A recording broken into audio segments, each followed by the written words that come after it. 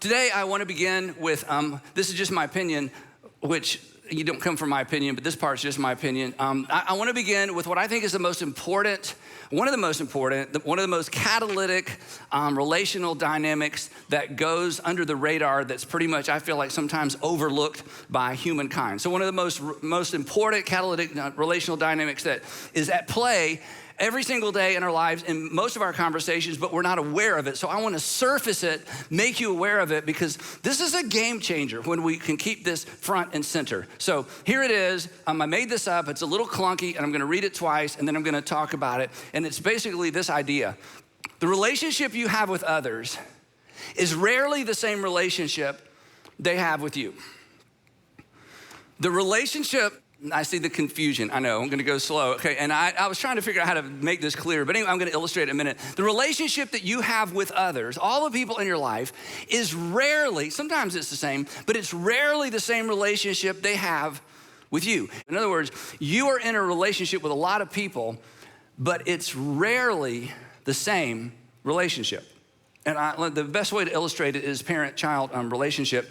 For those of you with little kids, or if you've raised little kids, you get this. Your child, especially when they're young, your child does not have the same relationship with you that you have with your child. Because you have a relationship with a child. Your child has a relationship with an adult. Those are two very different relationships. Your child, you have a relationship with someone who is 100% dependent on you. Your child has a relationship with someone who holds all the cards until about 13, and then the cards start getting all mixed up and dealt around. Things become confusing, right? This is why we never really get our parents until we become a parent.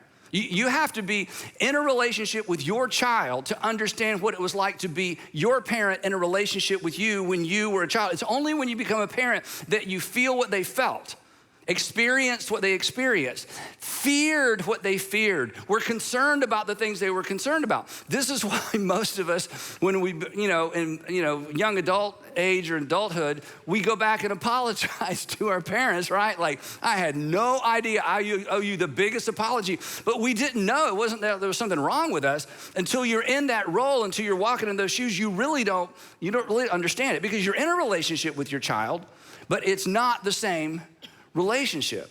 And this dynamic is true for most of your relationships, and it's true for most of my relationships. And as obvious as this is, and I'm going to give you some more illustrations, as obvious as this is, we rarely take it into consideration in our communication.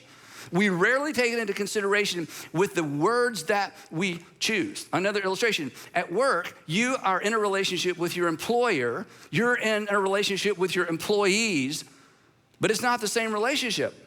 Everybody's friendly, but you know better than to think you're actual friends because there's an inequality. And this is true, again, of most relationships. Older brother, younger brother, older sister, younger sister, older brother, younger sister. Even in family, there is an inequality. And because there's an inequality, it's a relationship. It's just not the same relationship. There's an inequality whenever one party is dependent upon or needs the other. Now, to be clear, equal value, everybody's of equal value in the relationship, but there's unequal power, influence, and authority. And when this is the case, it means you're in a relationship with someone, but it's not the same relationship. And this baked in relational reality, and this is not a problem to solve, this is just This is just a tension to manage and to recognize, and as we're gonna see in a few minutes, this is a tension we should all figure out how to leverage in a positive and powerful way. But this baked in relational reality should govern and inform how we talk to each other. And specifically, it should influence the words we choose. We will come back to that in just a minute. Today, if you have not been tracking along with us, or if you have, we are actually in part 2 of a series entitled The Weight of Your Words. The weight of your words. And if you have ever been crushed by someone's words, you get this, and you know what we're talking about. Words carry weight. They can leave a mark for good or for bad. They can inspire, they can build, or they can destroy, they can wound, right? I mean, we have all been on the receiving end of words that have built us up. We've all been on the receiving end of words that have torn us down. left us wondering, taken away our confidence. I'm so proud of you. You embarrassed me tonight. I wouldn't miss it for the world.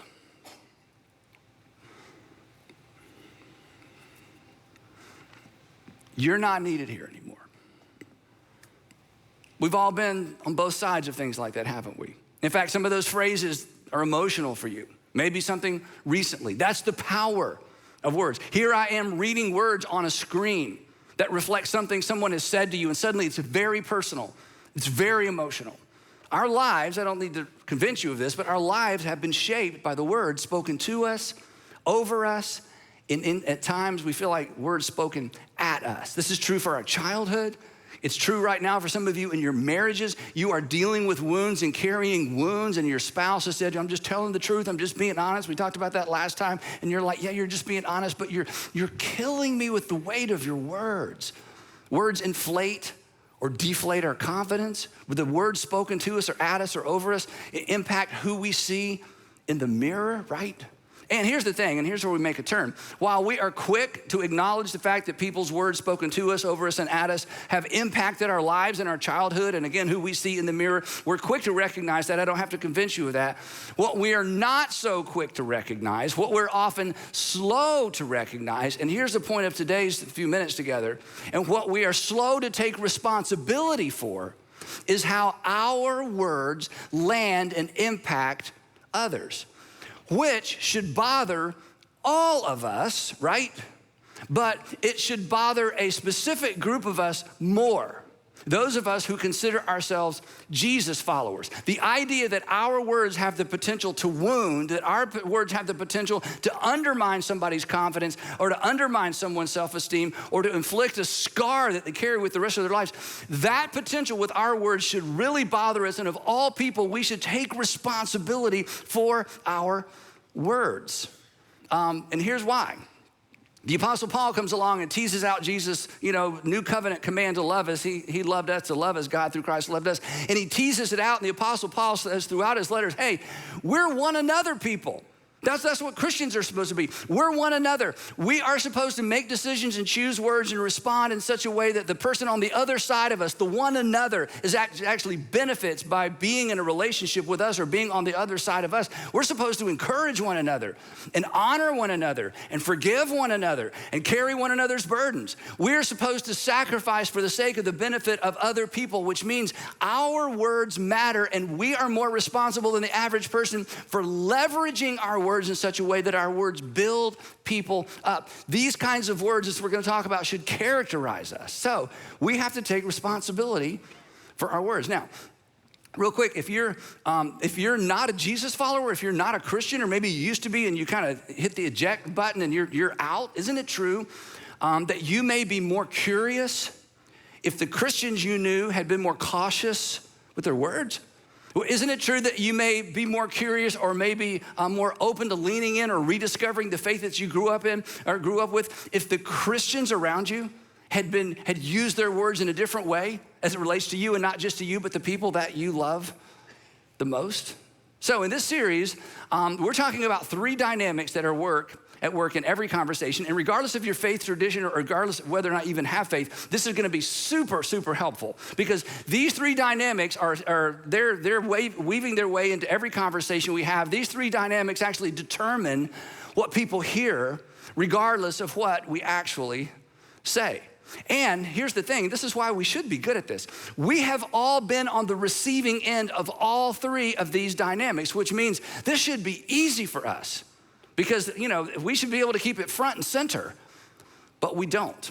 So the last time we were together, we talked about the first one of these dynamics, and the first one is simply this, that words are not equally weighted. In other words, all words don't weigh the same, and specifically, negative words weigh way more than positive words. So we talked about proportion control, right? Not just portion control, proportion control. The proportion of positives to negatives is a really big deal in relationships.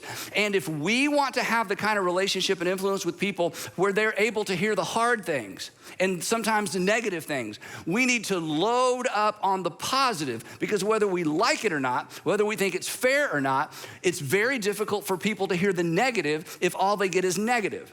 And if it's hard for people to hear the negative if it's the one-to-one correlation between positive and negative, that words don't weigh the same, and negative words weigh way more than positive. So we talked about that last time. So today, I want to talk about the second dynamic, and the second one is this: that source determines weight. Source determines weight. The weight of a word is determined ultimately by the source of the word, the who said behind the what said. So let me give you a couple illustrations. So ladies, imagine, and many of you don't have to imagine this, if those of you who are moms don't have to imagine this, you decide to meet one of your girlfriends during your lunch break for lunch, or maybe you meet one of your girlfriends for coffee, and they get there early, and you walk in, and your girlfriend looks at you and says, "Wow, you look great. I mean, that outfit, you look great. You look so young." Well, those are 5-pound words. Thank you, right?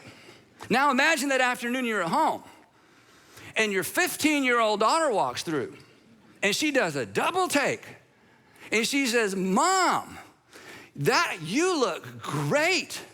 That what you're wearing, you look so young. We could be sisters." And then she turns around and runs off to her room. Now I know what some of you are thinking. You're thinking, "I don't have that much imagination." You used it all up.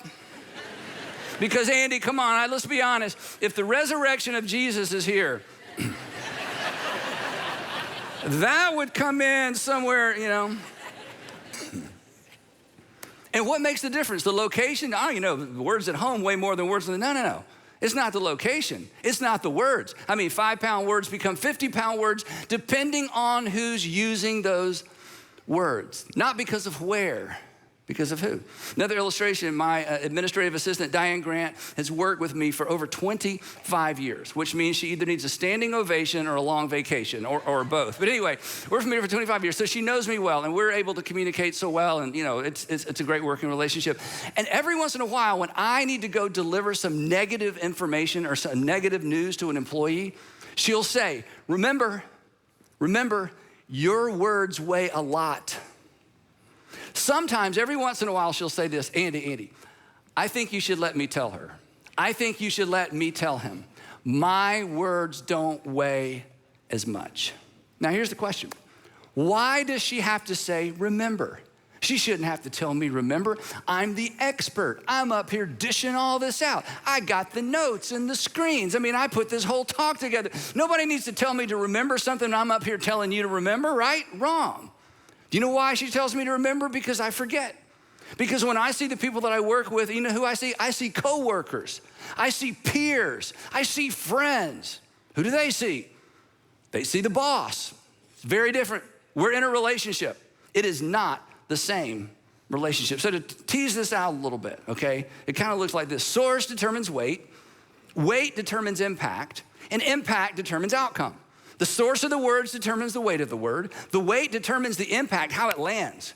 And the impact ultimately, in most cases, determines the outcome. Now, if you're into physics, just ignore this. I realize this, I'm messing with your categories, okay? But you get what I'm saying in terms of the flow of communications. Now, I'm often asked, and this may sound strange for me to talk about myself for just a second, but I'm often asked in leadership context, especially business leaders or ministry leaders, when we're doing Q&A, hey, Andy, there's 3 questions I always get, and this is always one. Hey, how do you handle conflict, or how do you handle criticism? How do you handle criticism? And my first response is, what criticism? Who would criticize a pastor? I'm sort of beyond. People don't know. Okay, that's not true. And so here's what I always say. I say, well, it depends on where the criticism's coming from, right? Because source determines weight. Social media criticism, here's what I do. I take screenshots of the best ones. I have a folder on my phone that says Andy haters, and I put them in there. And when I'm having dinner with my kids, I pull them out and I read them to my kids. I'm not making this up. In fact, I brought a couple just to, so we can all laugh along. These are a little old. The newer ones are like, woo. But anyway, so these are a couple years old. Okay, here's one. At Andy Stanley, you are a false teacher. The Lord has a nice warm place waiting for you on Judgment Day. Wow. Did you send that? No, okay, yeah. This next one is from a pastor, okay? I probably shouldn't even have told you that, okay? But he's trying to be somewhat fair. With all due respect, this is my favorite part. You're a false prophet from Satan's hell, and if you don't repent, when you die and lift up your eyes in hellfire, you will be. I know. Okay, no pity. Does that hurt my feelings? No, these people don't know me. I mean, I share these with my kids. We got some zingers. There's some amazing ones, okay? But the point is, this doesn't bother me, not because I'm so mature, it's because of the source. Now, if I were to walk into our board meeting, we have a board that I answer to. They could meet this afternoon and fire me. If I was at a board meeting and one of them said, Andy, I need to say something, and they reeled off one of these, I'm like, okay, we got to talk. That's like, Sandra, pray hard. I'm on the edge, why? Because source determines weight. Source determines weight. And source determines weight, not just with the negative. Source, this is what I want you to get today. Source determines weight with the positives as well. And this is why this is so important, which means, and I'm gonna tease this out a little bit more in a minute so you can take this home, which means every single one of you, those of you watching, those of you wherever you are in the world, and regardless if you're a Christian or regardless of your faith tradition, this isn't all skate. Every single one of you has unique potential to leverage the weight of your words in specific relationships. And if you get this right, you make other people better. If you were to ask Sandra what the moment where she felt most affirmed in her role as a mom, she would tell you about a short exchange she had with her dad years ago. And last night we were having dinner, and I told her I was going to share this story. I asked her, can I share this story? I said, it's already in my notes, so it would really help if you said yes. She said yes. And I went over it with her just to make sure I got the details right, and we both got emotional. So she's downstairs. Andrew's 30 years old now, so he was in a high chair. And she's downstairs early one morning, and her parents just spend the night with us. She's down there by herself, and she's got him in the high chair, and she's doing the poke and swipe, the poke it in, swipe the bottom lip, poke. Is that what you call it? Something like that. Anyway, she's got that thing going on. Her dad comes downstairs. Her dad is a man of few words, incredible man, but, sits down quietly, waits, watches. And then he says to her, and I quote, "You are a really good mom." Now, just to brag on my wife, okay, there were more epic and interesting and affirming mother moments than poke and swipe early in the morning when getting mush into Andrew's face, okay? And to be honest, even bad mothers feed their babies, okay? So this isn't like, whoa, you're feeding your baby. Oh my gosh, you are like, no, right? That's the point. That's the whole point. It wasn't what, it was who. She homeschooled our kids for 10 years, okay? She taught them to read. She taught them math. She can remember algebraic expressions. She bungee jumped. She learned to knit because Allie wanted to learn to knit. Then Allie didn't want to knit, but she'd already learned. She did all that, no complaining. One Christmas, one of our boys gave her spinners for the minivan. You remember spinners that you put on the wheel? And she just feigned gratitude like, oh my gosh, it's what I've always wanted. She's looking at me like, will these go in the minivan? I'm like, they don't go in the minivan. She took them to homeschool day at Six Flags year after year after year. That's a real thing, homeschool day at Six Flags. And I learned, I never went because she's a way better parent than me. And I had to work that day. What day is it? Oh yeah, gotta work. Anyway, as much as I want to go to homeschool day at Six Flags, the lines were really short with all the roller coasters. Not because, there were fewer kids, but because on average, homeschoolers aren't that brave. Anyway, so sorry, homeschool kids. Anyway, so the point is, if we wanted to put everything she's done as a fabulous mom on the wall, there's so much to brag about. But you ask her, that's the moment. Because source determines weight. Now, so what do we do with that? That's just true. And nobody's gonna argue with that. But imagine, just for a moment, I'm gonna give you a specific application. Imagine if we remembered that everywhere we went in every conversation. Anytime you realize I have a little bit of a unique advantage, I have a little bit of a unique relationship. We're in a relationship, it's not the same relationship. Who am I? Imagine what we could do, imagine what you could do, the power of your words. So here's the application. Remember, because we forget. Remember who you are and what you represent to the person on the other side of you. It's just remember who you are and what you represent to the person on the other side of you. And in any relationship where you have any advantage, positionally, relationally, even financially, you have a unique opportunity because your words carry additional weight. And I would just want to encourage you to leverage that opportunity every chance you get. Leverage your weighty words to encourage and to build and to direct and to protect. And real quick, I want to say something to all the middle school and high school students who are in the room, one of the rooms with us, or who are watching or listening. This is so important. Look up here. And whatever you're doing, just put it down for just a second. Okay, look. When it comes to your parents, look up here. You have no idea. You play a unique role in the lives of your parents. Your words weigh more than you'll ever understand. And you know what else? Your words weigh more as it relates to your younger brother and your younger sister than you'll ever understand. In fact, the reason your parents get on to you all the time about be nice to your younger brother, be nice to your younger sister, they understand the power of your words and you don't, and it's not your fault. It's not your fault. So that's why I'm reminding you, I understand your younger brother and your younger sister, to you, they're like a gnat. Why are they even in the room, right? But the reason they hover and the reason they spin is because you play a unique role, and you will either use this time, this fleeting opportunity to do something amazing in the lives of your younger brothers and sisters, or you're gonna miss it.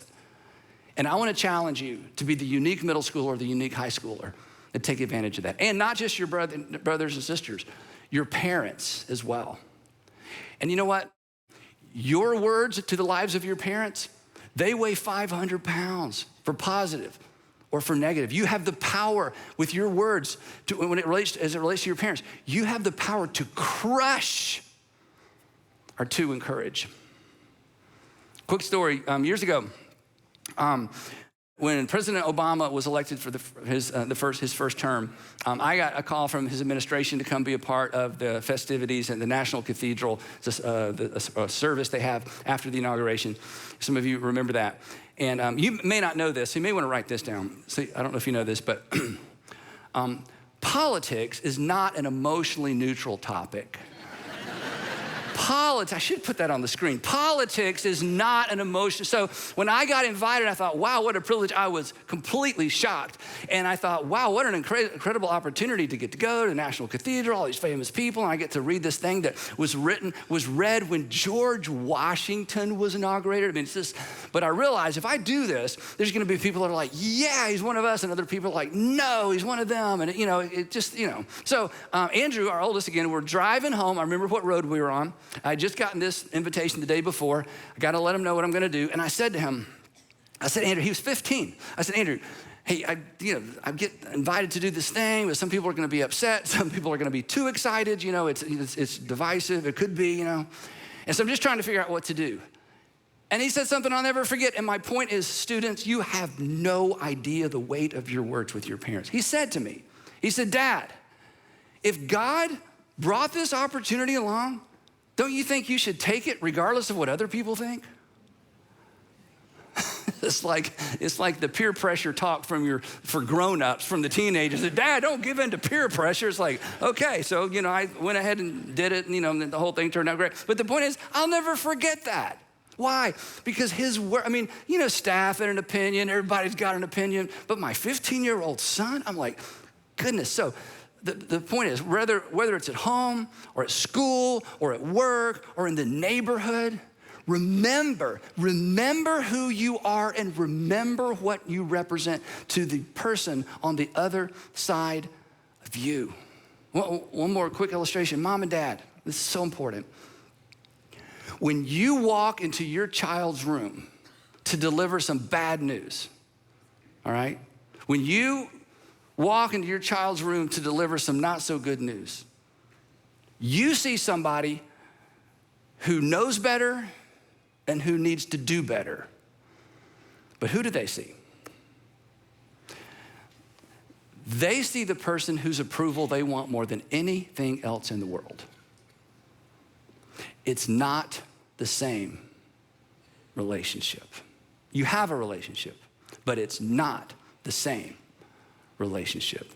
Who we are and what we represent should determine what we say, the words we choose, because who we are and what we represent determines the weight of our words. Now, So far, this has been great advice and a lousy sermon, right? In fact, some of you are like, if this is your first time, it's like, is this like positive thinking church? I've heard that's what it is. No, so far, good advice. So if we just stop right here, I want to say to all of those of you of a different faith tradition or not Christian, not a religious person, please you don't need to listen to the rest of this, but listen, you need to do that. Imagine our nation would be a much more pleasant place if all of us would leverage our words with the idea of building the person up, of the person on the other side of us, of building them up and encouraging them, right? But for Christians, the stakes are even higher. If you're a Jesus follower or claim to be a Christian, this is not optional. This isn't an add-on. This isn't like, oh, this will make me a better person, and I want you to hear me. And this isn't a ploy to leverage, in somebody's life to get what you want from them. I'm just gonna add more and more positive words, leverage the positive so I get what I want. This is not that. This is not a strategy for getting what you want. We are obligated as Jesus followers to get this right because we have a responsibility. We have a responsibility because we have been commanded by our Savior to love others the way that God through Christ has loved them, which includes the words that we use. We've been commanded to leverage our words with the benefit of the other person in mind. Now, last week, we teased out this passage. I'm just gonna read it to you real quick and keep moving, but again, this isn't optional for us. The Apostle Paul, taking again Jesus' new covenant marching orders to love as God through Christ has loved us, and he says, here's what it looks like with the words that you choose. And he says, do not, it's a command. And he says, do not let any unwholesome or any stinky word come out of your mouths, but only words that are good for building others up. In other words, he says, every conversation's a construction site. Every conversation's a construction site. And you're either gonna use your words to build or to tear down. He says, so you choose your word to build others up according to not your needs, according to their needs, that it may benefit those who listen. And why must we do this? Why is this important? Just so, hey, well, if you do this, you're just gonna get along? No, that's not the reason. The reason if you're a Jesus follower or a Christian, you have to get this right, is because you don't represent yourself. You're not just a representative of yourself. For us, the application has a twist. The application for everybody is remember who you are and what you represent to the person on the other side of you. If you're a Jesus follower, if you're a Christian, there's a twist. And here's the twist. Remember who you are and who you represent to the person on the other side of you. And who are you? You're more than the employer. You're more than the manager. You're more than the employee. You're more than the neighbor. You're more than just a parent. You're more than just the older brother. You're more than just the older sister. You're a follower of Jesus. And to use Jesus' words, you are, this is so amazing, you are the salt of the entire earth. So our words should do what salt does: preserve and protect. Preserve and protect, never harm, never undermine. He says there's more. And not only that, you are the light of the world. Our words should bring light and life to every single person we meet. Our words should bring light and life to the people on the other side of us. And then Jesus doubles down in case we didn't get it. He says, so here's what you need to do. Since you're the light of the world, I want you to do something with it. You've read this passage before. Don't put it under a bushel. Don't put it under a clay jar. He says, no, I want you to leverage your light. I want you to think about who's on the other side of you, and I want you to let your light shine before others that they might see ultimately how you live your life and connect the dots between how you live and what you say and who you worship and who you follow. I want you to let your light shine in such a way that they might see and hear and connect the dots between why you say what you say, why you possess, why you communicate the attitude that you do and the care that you do, and who you follow and who you worship, to leverage who you are and what you represent to the person on the other side of you. To leverage who you are and who you represent to the person on the other side of you. To use those weighty words to build and to encourage. It's not just an opportunity for us. It's actually our responsibility. Imagine, just imagine for a moment. Imagine the influence that the church would have in the community and the church would have in the world if we'd just gotten this one thing right. Imagine the influence. And to be clear, for those of you who aren't Christians, hear me out. Not influence so we could take over and have control and have more people on our team. Because our king said this, I did not come to be served. I came to serve, and I came to give my life as a ransom for many. But imagine with taking on the attitude of Christ, as Paul talks about, the mindset of Christ. Imagine with that mindset. Imagine if for the last 50 years or the last 20 years or the last 10 years, if Jesus followers had embraced this posture when they thought about what they were saying, how they were saying it, and the words they chose to the people on the other side of them. Imagine where our country would be. Imagine where the world would be. This is what we have been invited to. Listen, I'm not exaggerating. It was that posture and it was that attitude that changed the world once, that changed the world for the better once. Imagine if that had been our track record. Do you know what we would hear? We would hear things like this. Those Christians, they believe some strange stuff.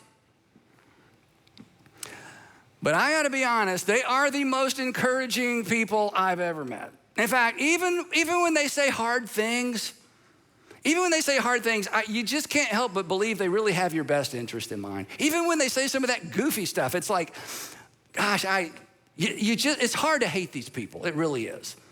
Because I think, even though they're wrong, I think they are genuine and they're sincere.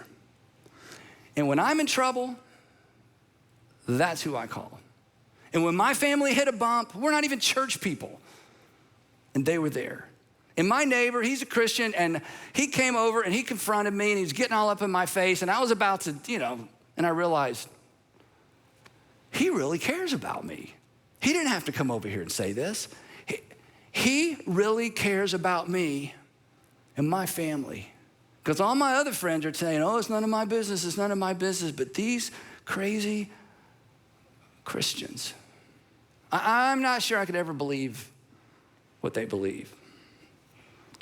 But I don't have a doubt that they believe it. Let's do that. When we don't get this right, Paul tells us what it looks like, what it sounds like. When we don't get this right, we lose the right to be heard. We're neither salt, and we're not light. We're not preserving anything. We're not protecting anything. We're just having our way in the world. And Paul says, do you know what you sound like when you do that? I don't care if you have perfect theology. I don't care if you have the clearest picture of God of anyone in the world. I don't care if you can diagram the entire New Testament and you've memorized it in English and in Greek. I don't care. If you don't get this right, do you know what your words are in your community and to the lives of the people around you? Do you know what the people at work actually hear? He says, it's a resounding gong. And I thought about bringing one up here, but it is so loud and obnoxious. And a clanging cymbal. He says, if love isn't driving your words, if concern for other people isn't the filter through which your words pass, if you're not there to build them up, then just shut up because you're doing more harm than good. And if you're not a Christian, chances are it was the reckless, unchristlike words of Christians that either drove you away or keep you away. Or the reckless, unchristlike words of Christians spoken to someone you love that drove you away or keep you away. That were the reason you decided to leave faith. And if that's the case, I am so sorry.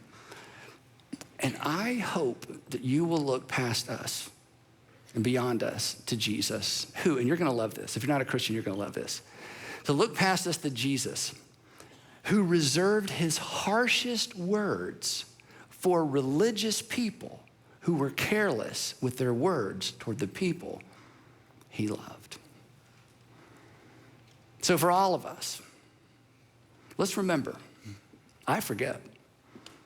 Let's remember who you are and remember what you represent to the person on the other side of you. And if you're a Christian, remember who you are and who you represent to the person on the other side of you. Remember to take you into account, because the source of a word determines the weight of the word, and the weight determines the impact, and ultimately the impact determines the outcome. So leverage your words accordingly. This is just one more thing that love requires of us. And we will pick it up right there next time in part 3 of the weight of your words. Heavenly Father, please help me remember before I hit send, before I start the conversation, before I get all amped up because I'm right. Help me to remember. Help us all remember. Wherever this lands with us, just give us the wisdom to know what to do, the courage to do it. Father, for some of us, we need to apologize. Just grant us the humility to just start there. And would you please, please, please raise up a generation of Jesus followers who get this right, because you got it right and you spoke the most amazing words over us, that you love us. You announce forgiveness ahead of time. Why can we not extend that same kind of grace and mercy to the people around us? I pray that we would, in Jesus' name, amen.